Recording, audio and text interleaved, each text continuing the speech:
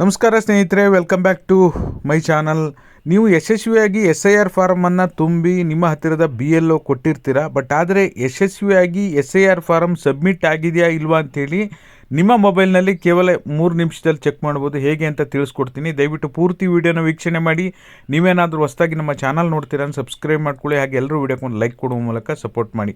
Google open ಮಾಡಿ, voter portal ಅಂಥೇಳಿ type ಮಾಡಿ. ಸರ್ಚ್ ಮಾಡಿದ ನಂತರ ನಿಮಗೆ ಫಸ್ಟ್ ವೆಬ್ಸೈಟ್ ಬರುತ್ತಲ್ಲ, ಸಿಟಿಜನ್ ಸರ್ವಿಸ್ ಪೋರ್ಟಲ್ ಅಂಥೇಳಿ, ಅದ್ರ ಮೇಲೆ ಕ್ಲಿಕ್ ಮಾಡಿ. ಕ್ಲಿಕ್ ಮಾಡಿದ ನಂತರ ಅಫಿಷಿಯಲ್ ಪೇಜ್ ಓಪನ್ ಆಗುತ್ತೆ. ಇಲ್ಲಿ ನಿಮಗೆ ಫಿಲ್ ಎನ್ಯುಮರೇಷನ್ ಫಾರಮ್ ಅಂಥೇಳಿ ಒಂದು ಆಪ್ಷನ್ ಕಾಣಿಸ್ತಾ ಇದೆಯಲ್ಲ, ಫಿಲ್ ಎನ್ಯುಮರೇಷನ್ ಫಾರಮ್, ಅದ್ರ ಮೇಲೆ ಕ್ಲಿಕ್ ಮಾಡಿ. ಅದಾದ ನಂತರ ಇಲ್ಲಿ ನಿಮ್ಮ ಮೊಬೈಲ್ ನಂಬರನ್ನ ಎಂಟ್ರಿ ಮಾಡಬೇಕು.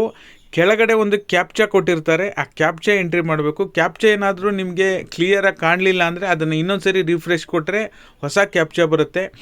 ಆ ಕ್ಯಾಪ್ಚಾವನ್ನು ಎಂಟ್ರಿ ಮಾಡಿ ನೀವು ನಿಮ್ಮ ಮೊಬೈಲ್ ನಂಬರ್ ಹಾಕಿ ಕ್ಯಾಪ್ಚಾ ಎಂಟ್ರಿ ಕೊಟ್ಟರೆ, ಸಬ್ಮಿಟ್ ಅಂತ ಕೊಟ್ಟರೆ ಒಂದು OTP ಕೇಳುತ್ತೆ. ನಿಮ್ಮ ಮೊಬೈಲ್ ನಂಬರ್ ಯಾವುದು, ನಿಮ್ಮ ವೋಟರ್ ಐಡಿಗೆ ಲಿಂಕ್ ಆಗಿರುವ ಮೊಬೈಲ್ ನಂಬರ್ ನೀವು ಕೊಟ್ಟು, ಅಲ್ಲಿ ನಾನು ಕ್ಯಾಪ್ಚಾ ಎಂಟ್ರಿ ಮಾಡ್ತಾಯಿದ್ದೀನಿ ನೋಡಿ, ಕ್ಯಾಪ್ಚಾ ಎಂಟ್ರಿ ಮಾಡಿ ರಿಕ್ವೆಸ್ಟ್ ಅಂತ ಕೊಡಿ. OTP ಬರುತ್ತೆ. ಆ OTPಯನ್ನು ನೀವು ಎಂಟರ್ ಮಾಡಬೇಕಾಗತ್ತೆ. ಓಕೆ, ನಾನು OTPನ ಈಗ ಬರುತ್ತೆ, OTP ಎಂಟರ್ ಮಾಡ್ತಾಯಿದ್ದೀನಿ. OTPಯನ್ನು ಎಂಟರ್ ಮಾಡಿ ಸಬ್ಮಿಟ್ ಅಂತ ಕೊಡಿ ನೋಡಿ. ಅದಾದ ನಂತರ ನಿಮಗಿಲ್ಲಿ ಸ್ಟೇಟ್ ಕೇಳುತ್ತೆ, ನೀವು ಕರ್ನಾಟಕ ಅಂತ ಸೆಲೆಕ್ಟ್ ಮಾಡಿ.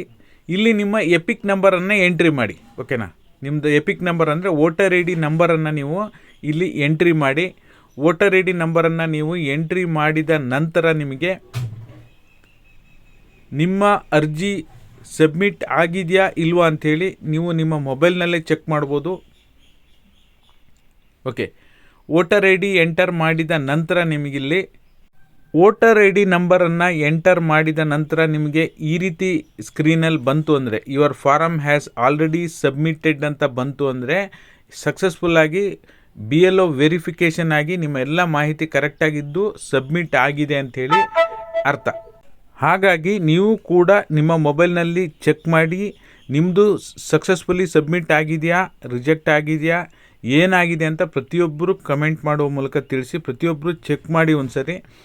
ಈ ರೀತಿ ಆಗಿತ್ತು ಅಂದರೆ ವೋಟರ್ ID ಲಿಸ್ಟಲ್ಲಿ ನಿಮ್ಮ ಹೆಸರು ಬರೋದು ಪಕ್ಕ. Thank you so much for watching.